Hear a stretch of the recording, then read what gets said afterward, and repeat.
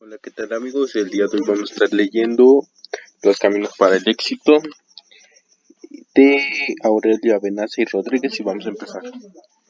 Los Caminos para el Éxito. Avenza y Rodríguez Aureliano, autoayuda, se reconocen los derechos morales de Avenza y Rodríguez Aurelio, obra de dominio público, distribución gratuita, prohibida su venta y distribución en medios ajenos en la Fundación Carlos Slim. Fundación Carlos Slim. Preliminares. Las fuerzas para el éxito siempre favorecen el cielo, los buenos deseos. Cervantes. Todas nuestras fuerzas morales existen en nosotros. Jaime Martín. No basta tener bueno el espíritu, lo principal es aplicarlo bien. Descartes. Refieren como cuento los famosos literatos alemanes Herder, Libeskind, el siguiente, que también pudiera ser narración histórica y que para nuestro propósito nos sirva admirablemente. Hijo mío, cuenta que decía un joven sultán su madre: en vez de hacer apartar de un modo cruel por tus janizaros al pueblo que se agolpa a tu paso, para verte, y en lugar de echar a latigazos de la mezquita a los desdichados que elevan sus manos hacia ti, recíbelos benévolamente y escucha sus súplicas con paciencia. Acuérdate que ocupas el trono no para desatender y martirizar a tu pueblo, sino para regirle con justicia y sabiduría, así como para protegerlo. No sabes cuándo ni cómo podrá llegar la ocasión en que el pueblo te devuelva el bien que le hagas. El más pequeño e inútil te puede servir quizá más que tú te imagines. Un palpable ejemplo eres tú mismo. Tú mismo no tendrás trono ni vida si no hubieras sido por un ciego. Uno de tus antecesores estaba paralítico en un castillo no lejos de la capital. Un grande del reino se sublevó contra el monarca y aproximábase con sus fuerzas al castillo. El miedo era general y se temía un golpe de mano. Todo el mundo huyó, pensando escapar de la ira de los sublevados. Los propios esclavos del sultán le abandonaron también. El monarca se encontraba solo e incapaz de valerse, sin poder levantarse de su asiento. Las tropas de los rebeldes rodeaban el castillo y el monarca no le esperaba otro fin que la muerte o la mutilación. En ese apuro acercóse él un ciego. Señor, le dijo el ciego, aquí vamos a aparecer si recíprocamente no nos auxiliamos para salvarnos. Yo soy bastante fuerte para llevaros sobre mis espaldas. Dirigid vos mis pasos gracias a vuestra vista saludable y os salvaremos por la galería subterránea que desde este castillo conduce a la capital. El ciego cargó con el paralítico. Este le indicaba a cada paso el camino por el cual debía marchar, y así llegaron felizmente a la corte antes de que los sublevagos se hubieran apoderado de la fortaleza. La presencia del sultán entre las tropas leales cambió el orden de los acontecimientos. De todos lados acudieron los leales a ponerse al lado de su rey. Los rebeldes fueron derrotados y el magne infiel fue hecho prisionero. El ciego quedó siempre en compañía del sultán y en ocasiones lo dirigió con sus consejos.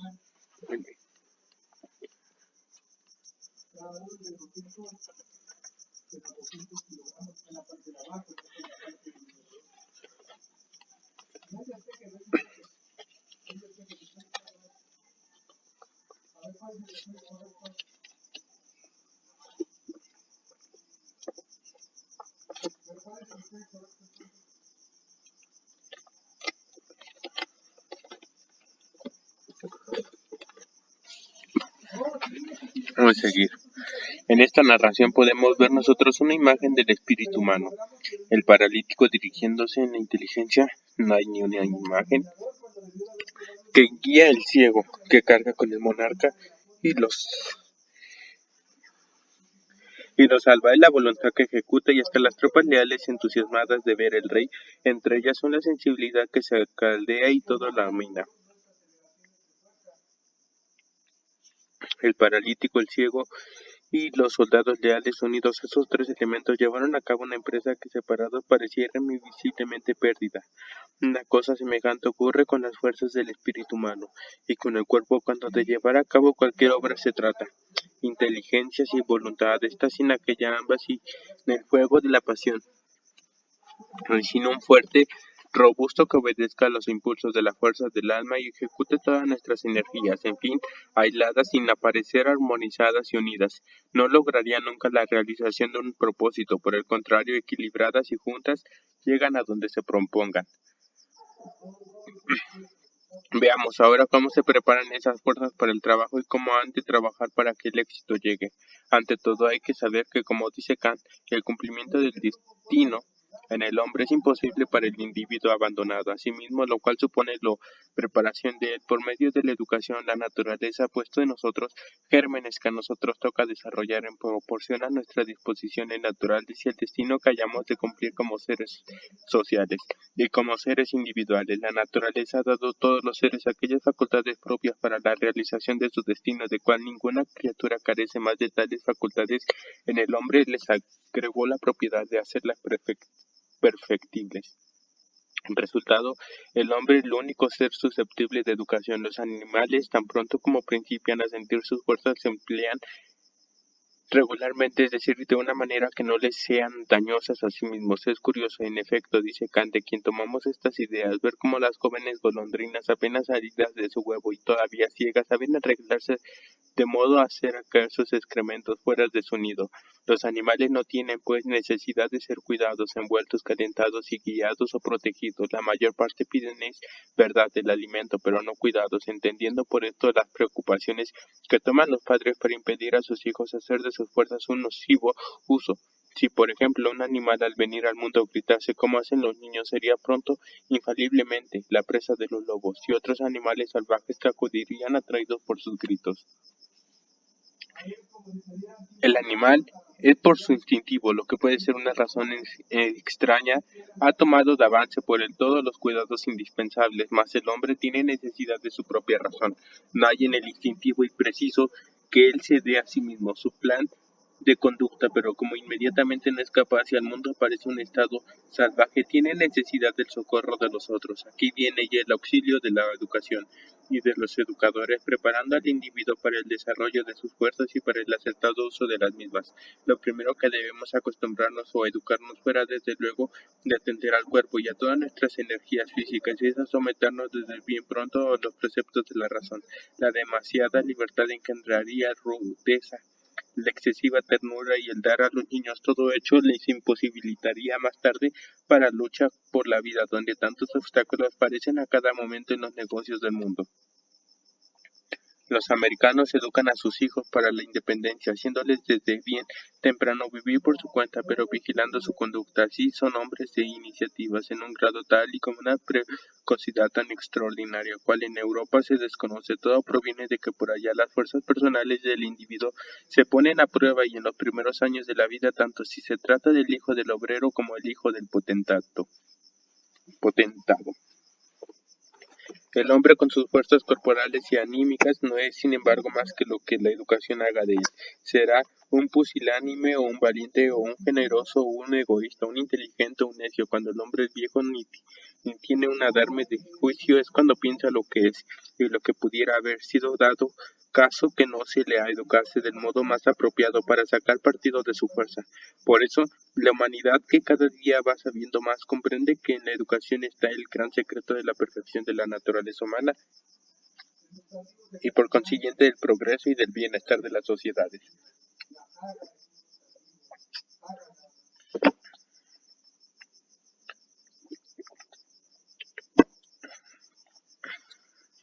Inteligencia.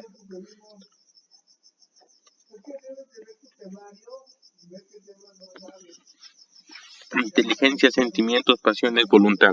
Existen en todas las personas,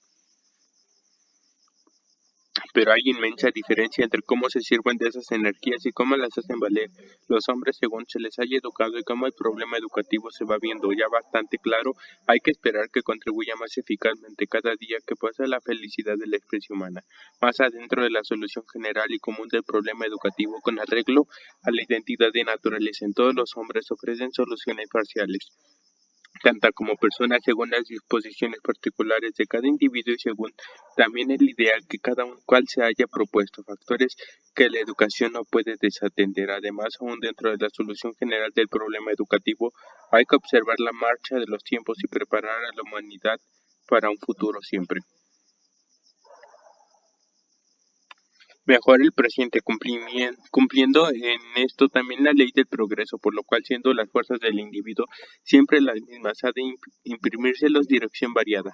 Quien tiene amor a su pueblo, ha dicho el doctor Rein, sabio pedagogo de la Universidad de Jena, no dirige su vista únicamente al pasado para seguir el destino de los que le precedieron. No se asoma tampoco solo al presente para observar las aspiraciones de la sociedad actual, sino que mira ante todo el porvenir que se nos presenta delante con su impenetrable oscuridad.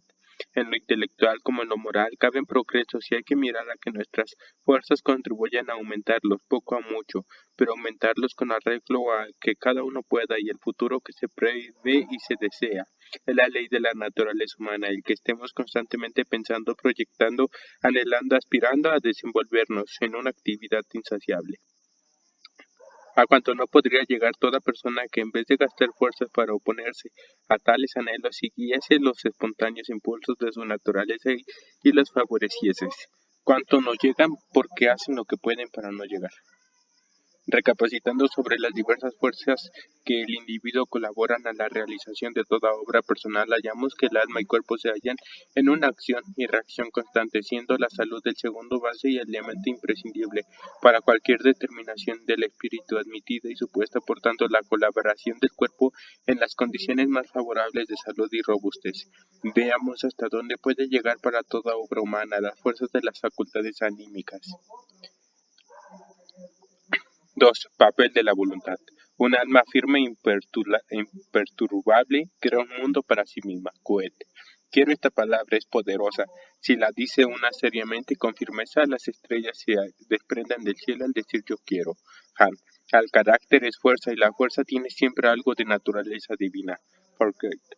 Él fue quien elevó la nación hasta el nivel de los pueblos, respetados haciendo de un país poco menos que desconocido, una potencia poderosa y hasta culta dentro de la civilización de aquella época. Todo fue obra de una voluntad, por cierto, no preparada para la alta misión que se impuso. Huérfano el checo a los 10 años, compartiendo el trono con un hermano y sabiendo quedado bajo la tutela de una hermana ambiciosa y enérgica. Adivinaba por las dotes del niño la inteligencia y la voluntad. De éste procuró aislarse de la corte y dejarle vivir a su antojo para que fuese un ignorante inofensivo. Por las calles se veía frecuentemente el emperador niño, cual un granujilla, entreteniéndose en organizar batallones infantiles y aprendiendo con los extranjeros los idiomas que estos hablaban. El trato con gentes de diversos países le hizo aficionarse al parque, a la vida aventurera, a las cuestiones del comercio, la industria geográfica, etc. Cuando cumplió 17 años quiso reinar como verdadero soberano, que era su hermana. Pretendió impedírselo, pero las simpatías que su vida callejera le habían granjeado entre el pueblo hicieron que éste se pusiese a su lado, y con su auxilio se apoderó del centro y de su hermana, a la cual mandó encerrar a un convento. Entonces, con una fuerza de voluntad increíble, comienza aquel joven su obra de transformación en el país, que iba a gobernar, a la edad en que otros jóvenes reyes y no reyes más se ocupan en divertirse que en trabajar. Este monarca a quien nos referimos no piensa más que en ejecutar el plan grandioso que ya han formado en su mente, trabajando por sí mismo, vigilando a los que lo rodean, escogidos por él como auxiliares suyos, y llevando la actividad más desusada a todas las esferas de la prosperidad pública. Pone sus ojos en el ejército antes de que nada, y para conocerlo bien en todos sus grados y enterarse de las necesidades de cada uno de ellos, se alista como simple tambor, pasa a soldado, hace guardias como uno de tantos números, acarrea tierra para construir trincheras y parapetos, y así se va formando todo un militar, resistente de cuerpo y espíritu. Las funciones más penosas no le acobardan, las ocupaciones más bajas no las desdoran. Se han empeñado en emprenderlo todo por sí mismo y su empeño le da energía para continuar adelante paso a paso. Conocida ya la milicia, se propone emprender oficios. Su divisa es ver y aprender, y así lo repetía incesante. Para ello emprende viajes por toda Europa como un simple particular. En Holanda se aloja casa de un herrero y le sirve de ayudante manejando con él los martillos. Va a Inglaterra y no pierde detalle de la fabricación industrial. quiere dar a sus estados una capital nueva y bella que compita con los demás de Europa, y sin arredrarle lo insalubre de la región en la cual se llevan a cabo los trabajos. Acude ahí, arma una barranca para residir en ella mientras duran las obras, maneja el pico y el asadón, y no cesa hasta cambiar por completo las condiciones enfermizas del terreno elegido y deja la nueva ciudad levantada.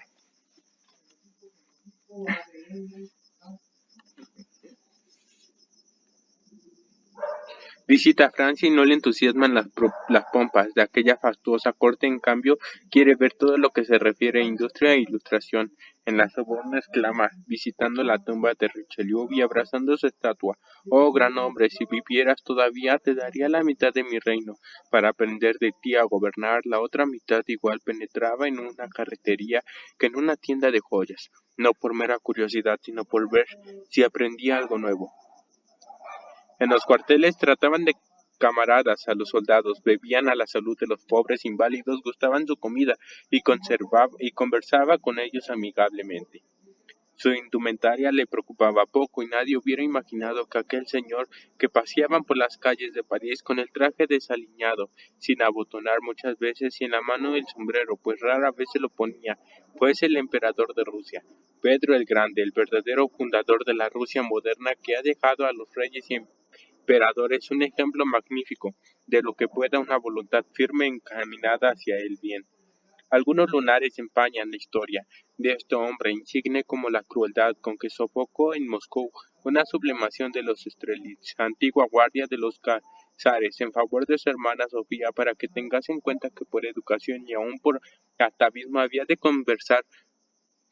conservar no poco de la barbarie de sus antepasados. Como hombre de Estado se propuso sojuzgar al clero y a la nobleza, y lo consiguió: el primero mediante el sínodo, sagrado instrumento de su voluntad, y a la segunda reglamentado la categoría entre los diferentes grados de la dignidad. También en la guerra se manifestó la persistente voluntad de Pedro el Grande. Los suecos, que en aquel entonces pasaban por ser los mejores soldados de Europa,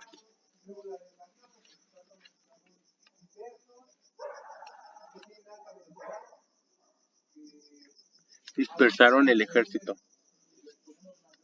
naciente del zar de Rusia. Entonces este dijo: «Los suecos nos enseñan a vencerles», y así fue. Así, después de 9 años de guerra, acabó con el ejército de Carlos VII en las planicies de Poltava. A los prisioneros los trató generosamente, y comiendo un día con varios generales del ejército vencido brindó de este modo: «Bebo a la salud de mis maestros en el arte de la guerra». Maestros suyos habían sido efectivamente por espacio de los nuevos años que había durado la guerra, y el que había sido un discípulo aprovechado por su voluntad para aprender todo, había sido también para aprender a guerrear, sobrepasando a los que le enseñaron. Dijo al comenzar la guerra que los suecos le enseñarían a vencerlos, y así fue. En la vida entera del Pedro el Grande hay un ejemplo más de lo que la voluntad puede. Si la voluntad de sus sucesores hubiera sido la misma que la de aquel monarca, ¿quién es capaz de pensar a lo que hubiera llegado Rusia? La voluntad que movió a Pedro el Grande no fue una voluntad pasajera e inmutable, sino una voluntad reflexiva y constante. ¿Qué es la verdadera voluntad? La voluntad, para que produzca frutos, ha de tener por fundamentos el natural. ¿Qué es la voluntad incipiente y convertida en fuerza de carácter con la educación y con el tiempo, y guiada siempre por la inteligencia de todas las facultades del espíritu? La voluntad es la más práctica, y su valor en la vida lo expresaba Kant diciendo: «De todo lo que es posible concebir en este mundo, y aun en general fuera de él, solo hay una cosa que pueda tenerse por buena, sin restricción: la buena voluntad, la inteligencia, la habilidad, el juicio y todos los talentos del espíritu o el ánimo, la resolución, la perseverancia como cualidades del temperamento, son sin duda buenas y deseables bajo muchos aspectos, pero estos dones de la naturaleza pueden ser extremadamente malos y perniciosos cuando la voluntad que lo emplea y que constituye esencialmente el carácter no es buena en sí misma. La buena voluntad no saca su bondad de sus efectos, ni de sus resultados, ni de su aptitud para tal o cual fin propuesto, sino solo del querer, es decir, ella misma, y considerada en sí misma debe estimarse incomparablemente superior o cuanto puede ejecutar por ella en provecho de algunas inclinaciones, y aun de todas las inclinaciones juntas, aun cuando una suerte contraria, la avaricia, de una naturaleza madrastra privada a esta buena voluntad de medios para ejecutar sus designios, aun cuando sus mayores esfuerzos no logrará nada y solo quedará la buena voluntad. Todavía brillaría esta por su propio brillo como una piedra preciosa, pues que saca de sí misma todo su valor.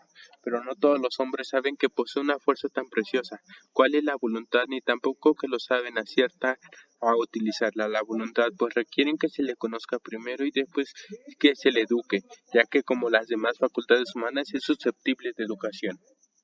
La voluntad, como la inteligencia y el sentir, es una relación de objeto querido y de su sujeto que quiere, que es el alma, relación en la cual hay como cualidad propia y característica de la que el sujeto se une con el objeto de la voluntad, como fin de su determinación, y aquel respecto a lo determinable causa de donde resulta que querer es, según dice un psicólogo moderno, determinarse a obrar propiedad en virtud de la cual nos movemos y determinamos a la ejecución de actos como causas de ello y en vista de un fin, principium internum agendi cognitis finis. Para obrar, pues, o para determinarnos la ejecución, hemos de conocer y amar lo que por el querer nos proponemos. Esto nos indica la relación que existe entre querer, conocer y sentir que motiva, sea ley general de la educación de la voluntad, armonizarla con la de la inteligencia y con la de la sensibilidad, según anotamos en otro sitio. La voluntad, no obstante, sobresale entre las otras dos facultades del alma, hasta el punto de que no ha faltado quienes han pretendido Schopenhauer, por ejemplo, reducir a la voluntad toda la realidad del espíritu. Como la sensibilidad y la inteligencia y la voluntad educable pudieron ascender desde meramente sensible y reflexiva hasta convertirla en racional, labor que es más difícil de lo que pudiera creerse. Tan mal es formarse una voluntad perezosa como una voluntad pasiva y subyugada a otras como una indomita, rebelde a todo consejo, una voluntad incierta como una impulsiva.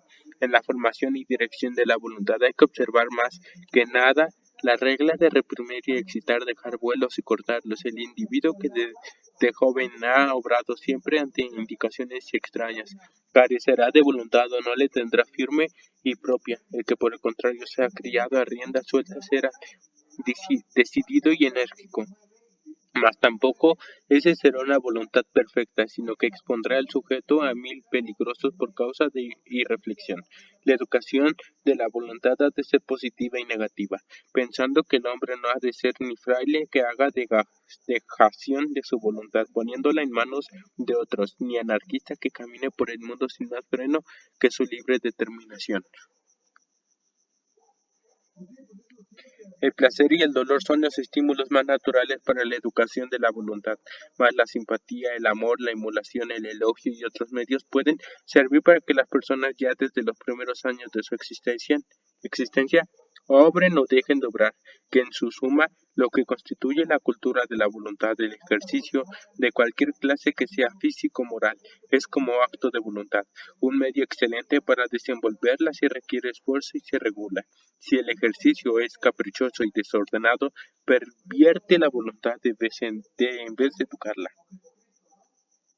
Para el éxito, daña muchísimo la voluntad veleidosa que resulta generalmente en los individuos acostumbrados a hacer las cosas por puro capricho y con desorden por no haber tenido un educador que les sirva de guía. La primera condición que la voluntad ha de reunir para el éxito es la de ser firme, después ha de ser resuelta y decidida, así marchará directa a sus objetos sin que los inconvenientes la arredren. Pero ser la voluntad decisiva y firme sin acobardarse por los obstáculos no excluye que sea reflexiva, y una voluntad que reflexione sobre el pasado y piense en el porvenir ha de ser forzosamente resuelta, y ha de obrar con firmeza porque la convicción es su norte. En política vemos a los hombres vacilar con frecuencia, es porque solo miran al presente y carecen de firmeza en sus convicciones debido a que no reflexionan sobre el pasado y les importa muy poco el porvenir, no tendrían partidarios si no fuesen otros tales los que les siguen. En cambio, los espíritus reflexivos constantes y firmes se imponen solo por el ascendiente que esas cualidades y su conducta igual, severa consigo mismo, ejercen sobre los ánimos a quienes sojuzgan y avasallan. La firmeza irreflexible de la voluntad hace los individuos tercos, que son desarmónicamente educados porque en ellos no han marchado a la par de la cultura de la voluntad y la inteligencia.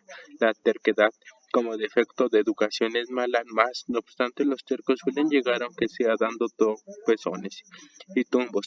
Los que nunca llegan son los débiles, ni los que piensan demasiado, tanto es lo más como lo de menos. Dice una frase castellana, la debilidad y la volubilidad, su hija nos impide toda especie de éxito. Los débiles no quieren luchar y los volubles huyen antes de que la lucha termine, abandonando el campo que otro individuo más persistente toma y aprovecha. Si es verdad aquello de la conocida epístola a Fabio que más triunfos, más coronas dio al prudente, que supo retirarse la fortuna, que al que esperó obstinada y locamente. También lo es otro que dijo, Teodoro Fontane, del ánimo depende el éxito, pero los débiles de voluntad y los volubles o carecen de ánimo o no saben aprovecharlo. Balmes distingue entre voluntad firme y enérgica e impetuosa, cuya diferencia explica de esta manera tan gráfica el ímpetu o destruye en un momento todos los obstáculos o se quebranta. La energía sostiene algo más la lucha, pero se quebranta. También la firmeza los remueve, si puede, cuando no los salva de un rodeo y si ni uno ni otro le es posible se para y espera. Es decir, que el hombre de voluntad firme se propone llegar y llega, si no puede por unos medios por otros, menos retirarse sin triunfar. Nadie es capaz de suponer cuándo puede conseguir un hombre de voluntad firme sostenida por un ideal si el sentido le impulsa. Se trata de un banquero y los capitales se le entregan en montones y a discreción. Todo el mundo confía en él, es un tribuno y el pueblo le sigue sin vacilar. Cierra ojos, hace política, los partidarios se le aumentan considerablemente. Es militar, inspira confianza ciega, predica una nueva religión y los prosélitos van viendo milagros por donde tal hombre ha puesto los pies. Hay un algo misterioso en los hombres de voluntad firme, que nadie es capaz de adivinar. De esos hombres han salido siempre en el mundo los grandes bienhechores de la humanidad, y los grandes criminales, los multimillonarios modernos, y los banqueros de los cracks, y las quiebras donde quebran arruinadas millares de familias que le habían confiado sus ahorros, los hombres de Estado, que regeneran los países y los que los arruinan y los pierden. La multitud se confía a esos hombres y va ciega tras ellos, prestándole sus fuerzas, su influencia y su dinero. La firmeza de voluntad se precisa para todo en la vida, aun para las cosas más pequeñas. Tras la voluntad firme en lo pequeño se dispondrá de ella para lo grande. Sin embargo, no conviene gastar las fuerzas de voluntad en cosas insustanciales y de poca cuenta. Con las energías del espíritu y con las del cuerpo pasa lo mismo que con el dinero consumido en lo innecesario. Carecemos de él cuando no sea preciso. Sin darse razón de ello, los grandes hombres son condescendientes con sus hijos, y en su trato particular nadie diría que tiene voluntad propia. A todos ceden, pero en cambio, en sus asuntos de verdadera importancia se revelan como son, de voluntad enérgica y firme. Parece que a propósito fueron reservando sus fuerzas y preparándolas para momentos capitales y decisivos. Tal proceder debe seguir consigo mismo. Todo sujeto, por pequeñas que sean las fuerzas de su voluntad, le servirán de mucho, si no las malgasta a destiempo. Obra de la educación será ejercitar la voluntad para desarrollar y iluminar la inteligencia para que ésta nos diga cuándo y cómo es llegada la ocasión de que pongamos a prueba nuestra resistencia moral o la energía con que respecto a la voluntad contamos, pensando que estas energías suelen ser mayores de lo que cada cual nos imaginamos, excepción hecha de aquellos casos en que la fatuidad ciega a las personas. La fatuidad es una venda que impide a los individuos atacados de ella verse como son. El no sé, de Ipsum, del templo de Delfos, tiene como enemigos capitales especialmente en lo que el obrar se refiere a la fatuidad, la vanidad y el orgullo, cuando de estas pasiones no nos impide vernos como somos en cuanto resulta cierta la frase de Meyerbeer, quien quiere puede, que no es ni más ni menos que la equivalente de nuestra frase proverbial, querer es poder. Papel 3. Papel de la inteligencia. Una inteligencia superficial y poco cultivada no sondea las profundidades de donde un Sócrates hacía brotar espíritu y verdad. Péstalos. La fuerza más grande del universo es el espíritu. No es tanto la fuerza bruta, el esfuerzo material que forma la potencia del hombre en este mundo, como el arte, la habilidad, la energía moral e intelectual. Channing. Lo primero y lo último que se debe exigir del genio es amor a la verdad. Goethe. El discípulo era muy distinto.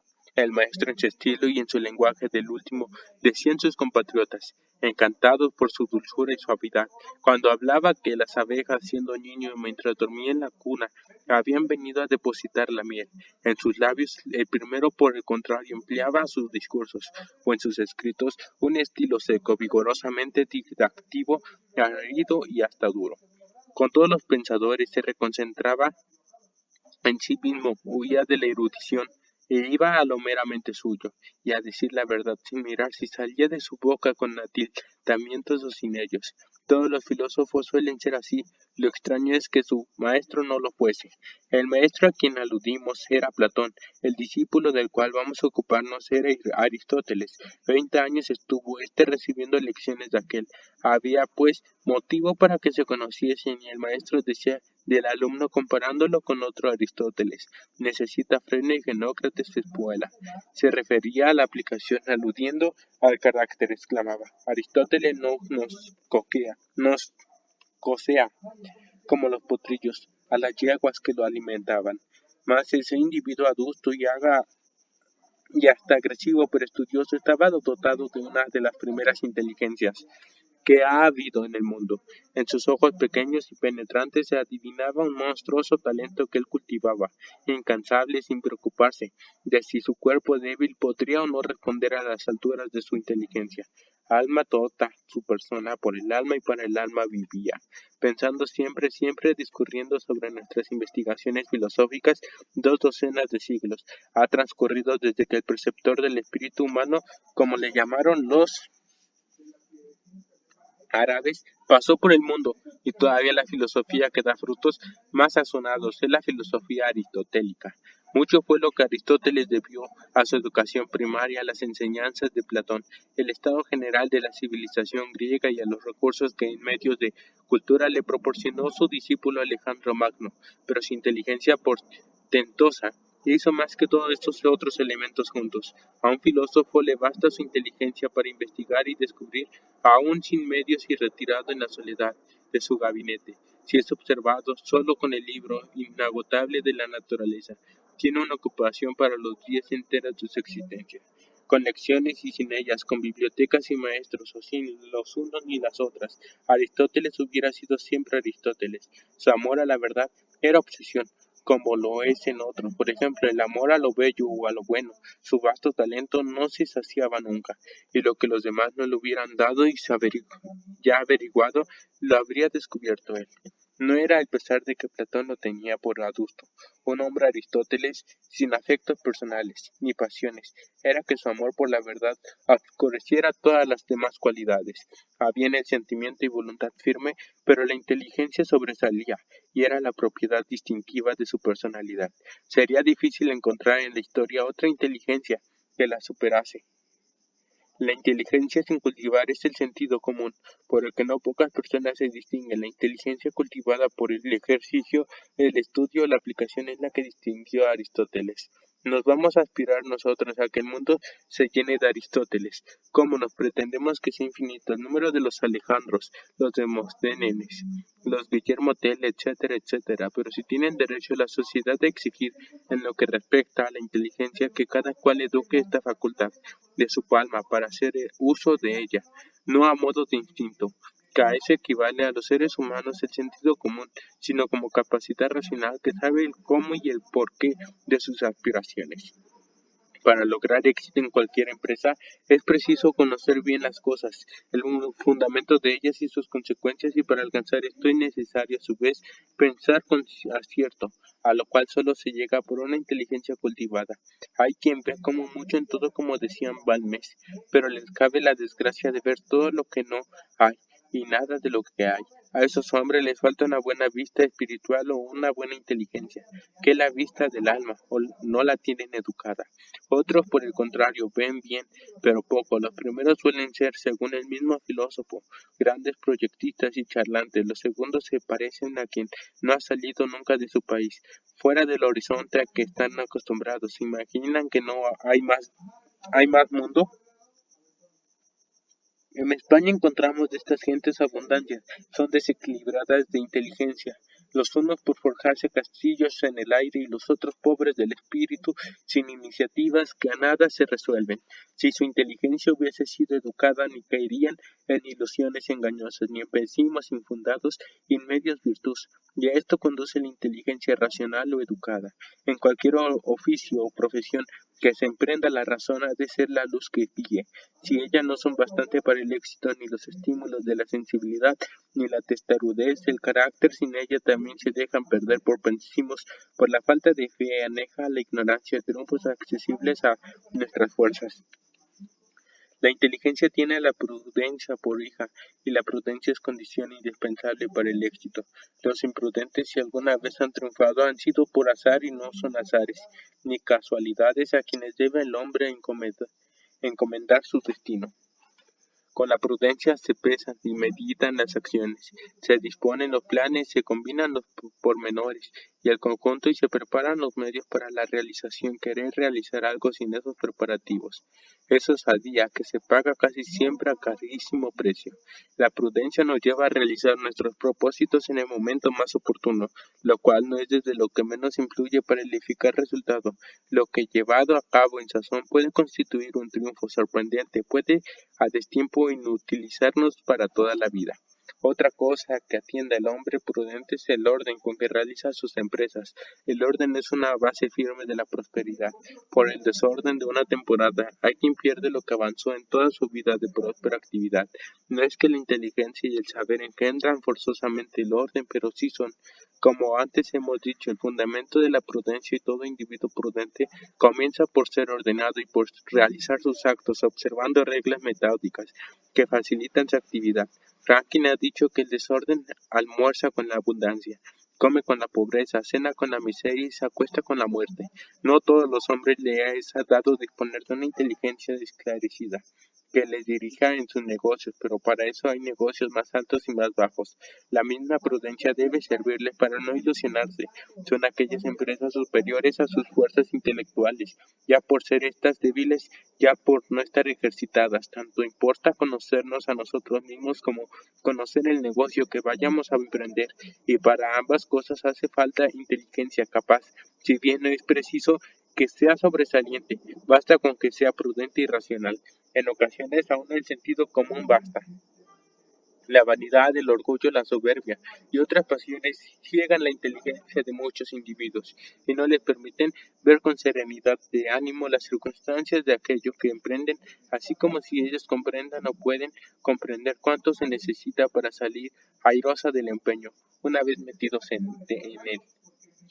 La mayor parte de los negocios no requieren inteligencias aristotélicas, pero sí vista intelectual suficiente que nos permita sortear los precipicios que por doquier nos ponen en peligro de no conseguir nuestros fines en la carrera por el mundo. Directora, la inteligencia de todos nuestros actos han de estar lo suficientemente preparados para tal misión, y para ello es necesario que la inteligencia sea educada. Sola la inteligencia educada sabe a dónde van, por qué van, y cuáles son los medios que han de emplearse para recorrer con más seguridad el camino emprendido. Si el ciego guía, el ciego, decía Cervantes, ambos van en peligro de caer en el hoyo, y la voluntad es ciega como también lo es casi una inteligencia no cultivada. 4. A ver, dejen veo.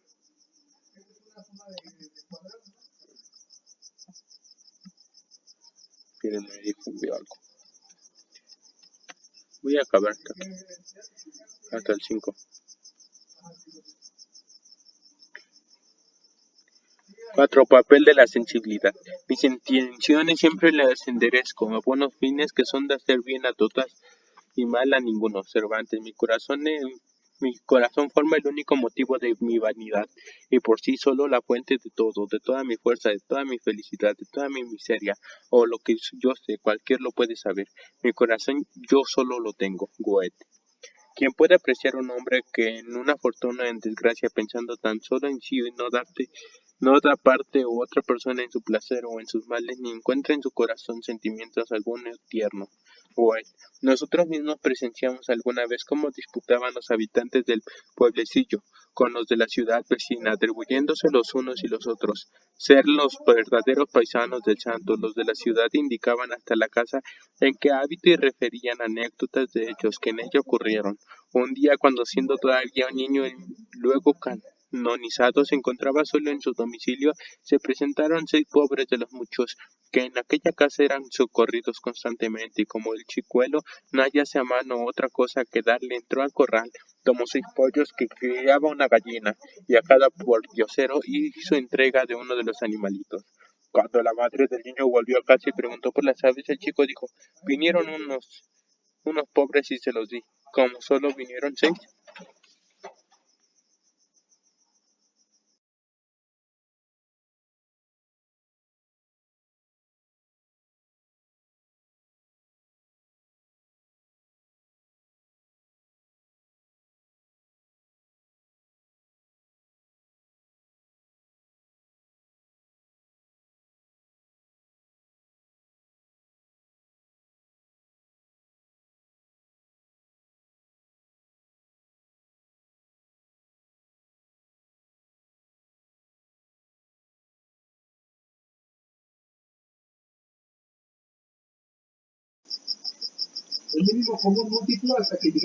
como solo vinieron 6 con los pollos, cuando vinieron unos pobres y se los di.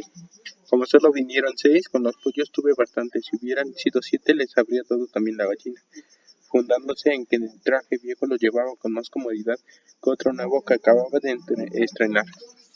Regaló esto un día a otro niño. Estos 2 rasgos prueban cómo sentía aquella criatura que al andar de los años acrecentó su inagotable caridad, y por ella se hizo tan famoso como por su talento. No tenía 20 años de edad, y ya se le consultaba como autoridad teológica. Su modestia, afabilidad y sinceridad le granjeaban las simpatías por doquier, pero su amor a la humanidad era la prenda que más le distinguía. No había ocasión en que no manifestara dicho amor. Sabe una vez que varios reos han sido condenados a muerte por un delito de la lesa majestad, y que nada más ha podido para lograr el indulto a los ruegos de nobles ni plebeyos, se presentan al rey y obtienen el perdón de los desgraciados.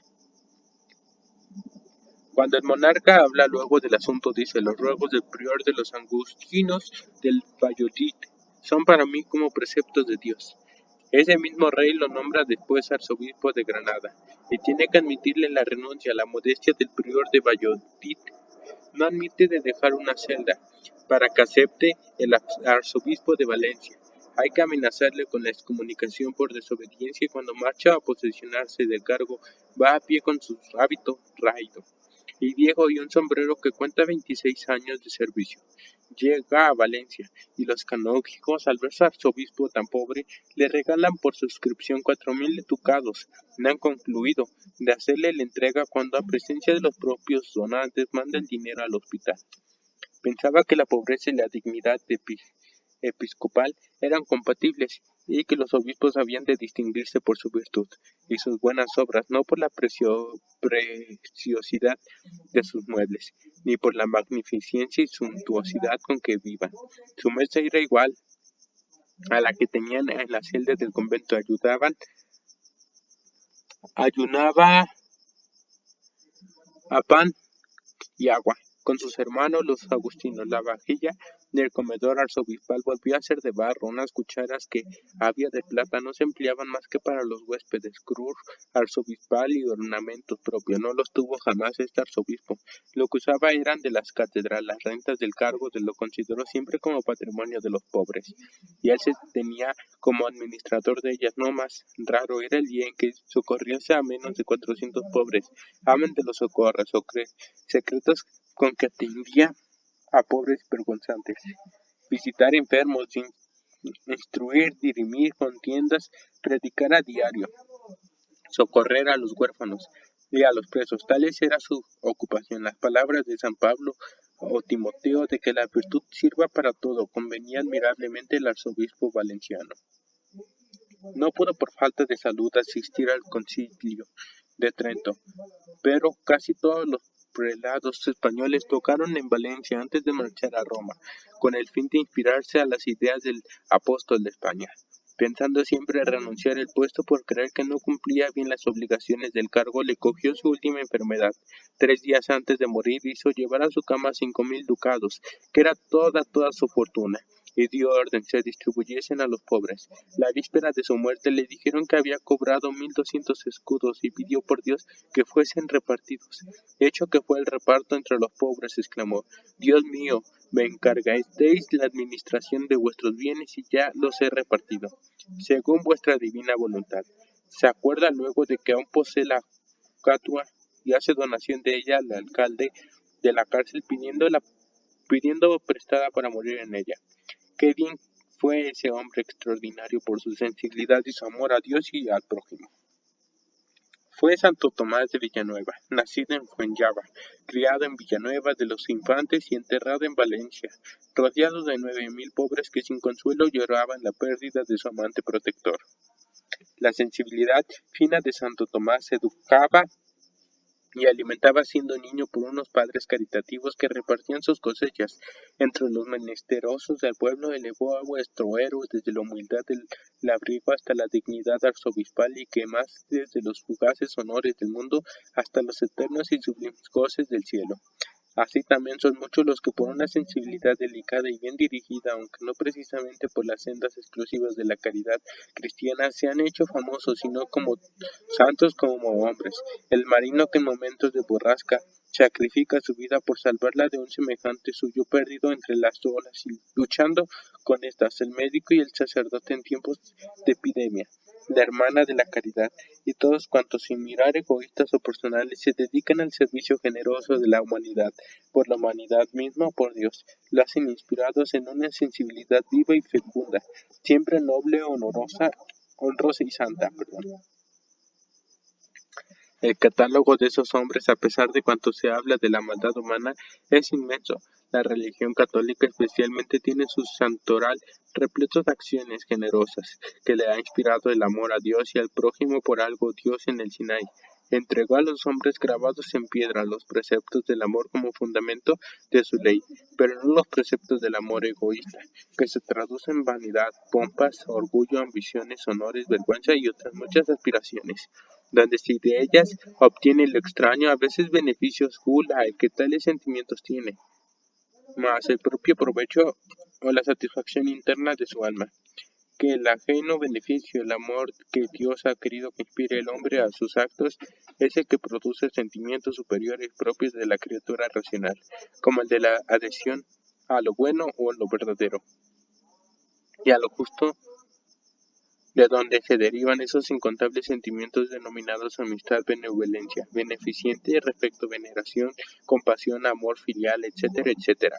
que pueden resumirse en la palabra altruismo, o mejor dicho, en la voz clásica de caridad. Si el éxito en la vida lo consideramos bajo el aspecto exclusivista de lo material primero y de lo personal después, no cabe duda que los sentimientos egoístas influyen muchísimo para estimularlos o la satisfacción de ellos. Siquiera no produzcamos una obra social, y si el éxito lo miramos como cosa superior o a los destinos materiales del yo, tampoco cabe dudar, y la historia en la mano la atestigua, que los sentimientos sociales y superiores son fuente de grandeza y triunfos. Entonces aparecen ante el mundo los Santo Tomás de Villanueva, los San José de Calasanz, los San Vicente de Paul, los Pestalozzi, los Tolstóis, o los héroes que también en alas de un sentimiento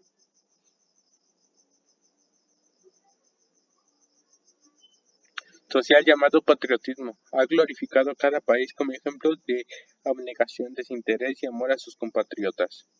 La influencia de nuestros estados afectivos, de nuestros sentimientos, de nuestra sensibilidad en todos los actos que realizarnos no es para descrita. No hay momento de nuestra existencia en que, por apagada que parezca la llama del sentimiento, deje este de ser el primer estimulante de nuestro cuerpo y de nuestro espíritu.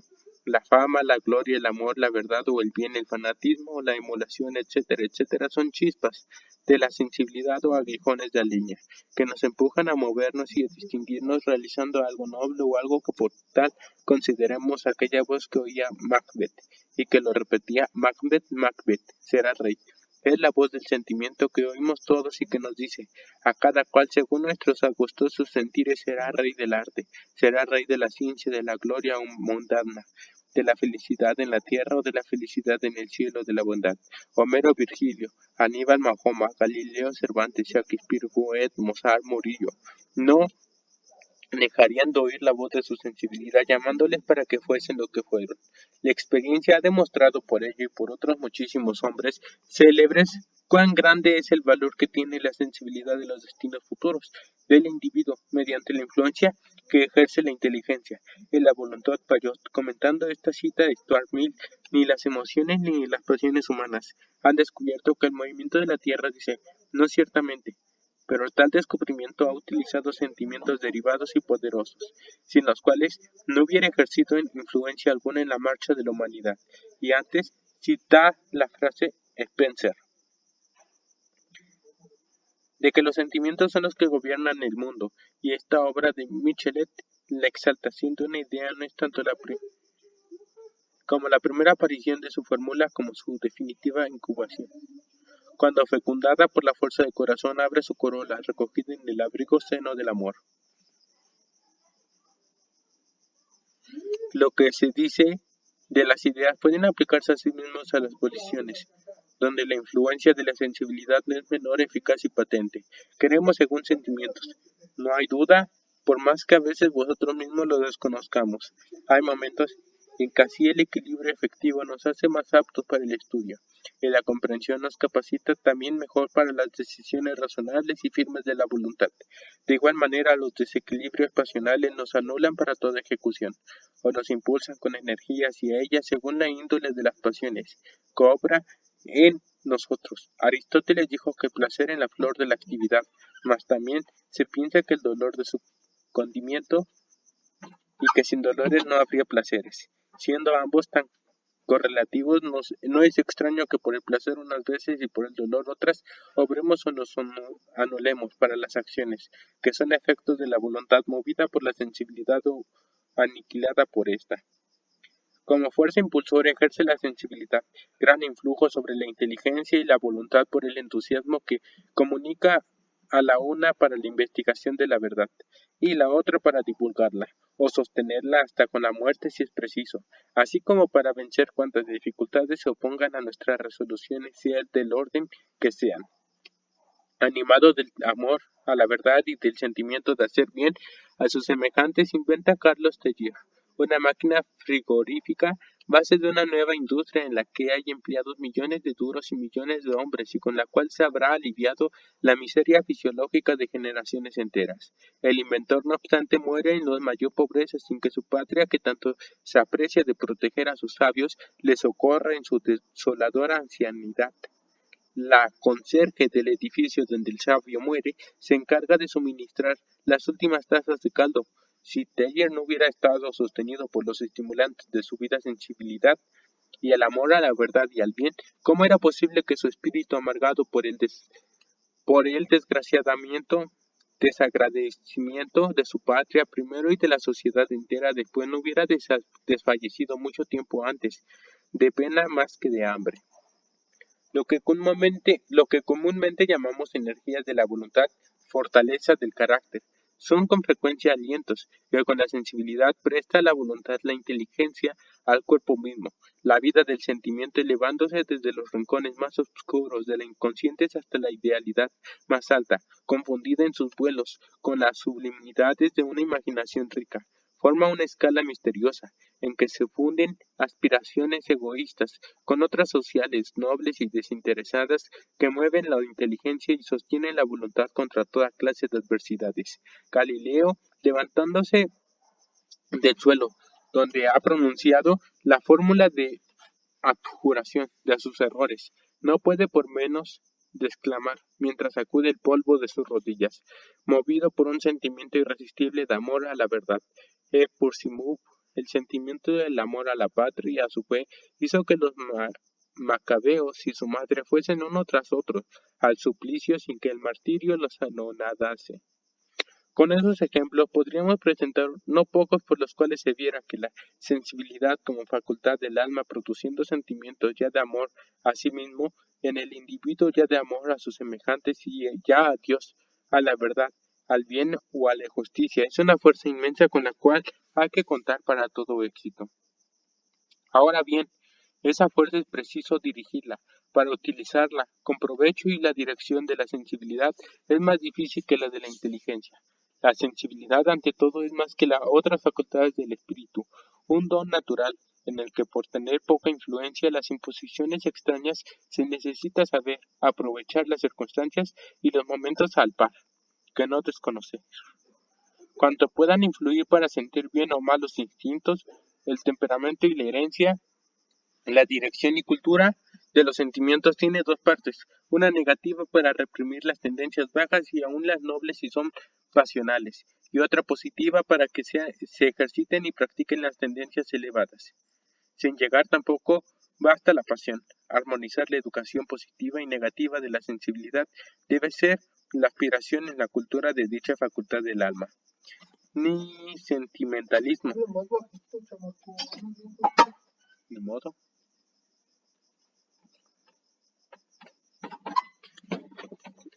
Ni sentimentalismo excesivo ni dureza. Dentro de estos límites vengan ejercicios de sentimientos para desarrollar nuestra sensibilidad en España.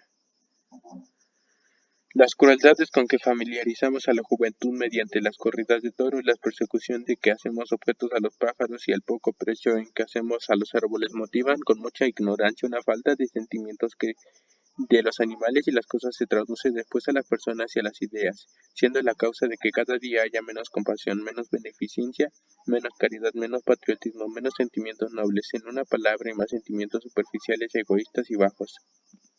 El sentimiento del bien y de la verdad, por ejemplo, no cabe que se desenvuelvan en una sociedad que no lo practica. Es imposible, como decir Goethe, sacar del corazón de los hombres lo que no está dentro de él. Este es el defecto más grave de la sensibilidad española. No tener nada en el corazón, es decir, nada que tiene al bienestar de los demás, sino al placer propio. Por eso, entre los españoles no desempeña la sensibilidad el papel que como fuerza para el éxito tiene otro pueblo. Silvela decía que éramos un país sin pulso. El pulso nace del corazón y en el corazón anidan los sentimientos. Jacinto Benavente, dirigiéndose a los niños, pronunció estas palabras. Con palabras y con ejemplos es preciso educar la sensibilidad del niño, despertar su simpatía por cuanto existe y vive a su alrededor. Los españoles carecemos de ese precioso don, perdón. Me perdí. Precioso don.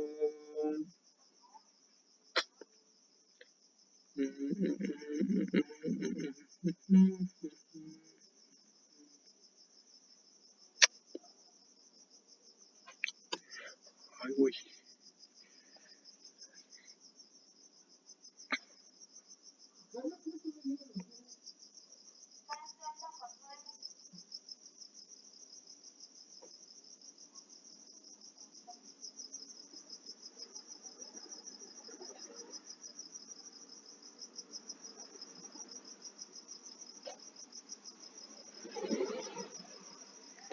Con palabras y con ejemplos, perdón.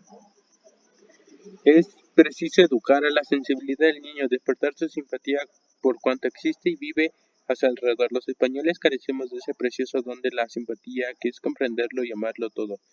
Sin en los jeroglíficos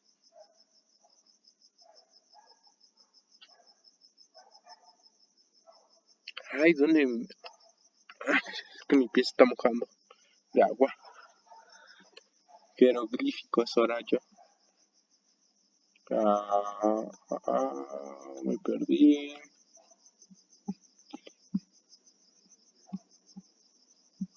Los españoles carecemos de ese precioso don de la simpatía, que es comprenderlo y amarlo todo. Si en el geográfico somos una península, en lo espiritual somos un archipiélago, separados unos de otros como islas espirituales, somos toscos y duros y toda la vida española adolece de esta sequedad. De nuestro espíritu somos pobres y nuestra vida es dura. Como la vida es cruel con nosotros, nosotros somos también duros y crueles. Y es que cuando somos crueles con los demás, alguien fue antes cruel con nosotros. Solo muy altos y nobles espíritus saben volver al dolor en bondad y en dulzura. Y en otro lugar del mismo discurso Hablando también de la sensibilidad infantil, dice el insigne dramaturgo, si hoy los niños dan suelta a los pájaros y mañana van los padres a los toros, ¿a qué lección se inclinará su espíritu? Benaventemente expresándose así, comprende que la crueldad es una perversión de los sentimientos a la que hay que oponer la simpatía, no solo en favor de los animales, sino de las plantas y de todo cuanto nos rodea. La simpatía natural que tenemos a nuestros padres y hermanos debemos extenderla desde pequeños a todas las personas y cosas, especialmente las personas, cosas y animales que por su estado de indefensión más protección necesitan de los espíritus sensibles y generosos. Ah, ya me dolieron las pompas. Ya creo que voy a llegar hasta... Esta es la última. Y si para ello no basta, no tenemos vocación de ser santos Tomases de Villanueva, seamos así precisos Quijotes, que será el caso más justificado de, de embrazar la adargada, llevado de nuestra sensibilidad para desfacer entuertos. Buena falta nos hace hombres, que lleguen a la celebridad por sus sentimientos de amor a la justicia, a la verdad y a la humanidad, perseguida sin motivo como llegó Don Quijote, el eminente hombre que preside la República de los Estados Unidos. Señor Woodrow Wilson ha dicho, no es preciso dar corazón al pueblo, arrojando de la política, de los negocios y de la industria todo lo que está sin corazón. Y viene a ser lo mismo que en su inmortal obra Herman y Dorotea, escribió Goethe, el alma del hombre carece de sentimiento, hay que imprimírselos para que se busque el bien recíproco, no del bien personal y egoísta que es por donde los pueblos comienzan a aparecer. Solo los hombres de corazón son capaces de dar cumplimiento a la máxima evangélica, de amaos los unos a los otros, la palabra ya es aborrecible según Pascal. Bueno amigos, hasta aquí le vamos a dejar, hasta aquí llegué. Aquí a las 5 y bueno, mañana leeríamos aquí.